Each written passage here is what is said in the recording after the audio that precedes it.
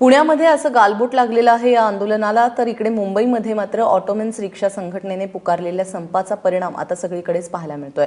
मुंबईकरांच्या रोजच्या जीवनावरती हा परिणाम पाहायला मिळतोय। ओला उबर टॅक्सींविरोधात ठोस कारवाई करण्याची मागणी करून आज 1 लाखाहून अधिक रिक्षा संपावर गेलेल्या आहेत, ज्याचा सामान्य मुंबईकरांना त्रास होताना दिसतोय। बोरिवली, सांताक्रूज सारख्या वर्दळीच्या ठिकाणी रिक्षा नसल्यामुळे प्रवाशांची चांगलीच अडचण होताना दिसतेय।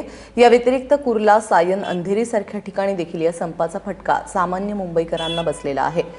सध्या हा संप एकदिवसीय असला तरी गणेशोत्सवापर्यंत सरकारने यावर काही ठोस उपाय काढला नाही तर बेमुदत संपावर जाण्याचा इशारा संघटनेचे अध्यक्ष शशांक राव यांनी दिलेला आहे।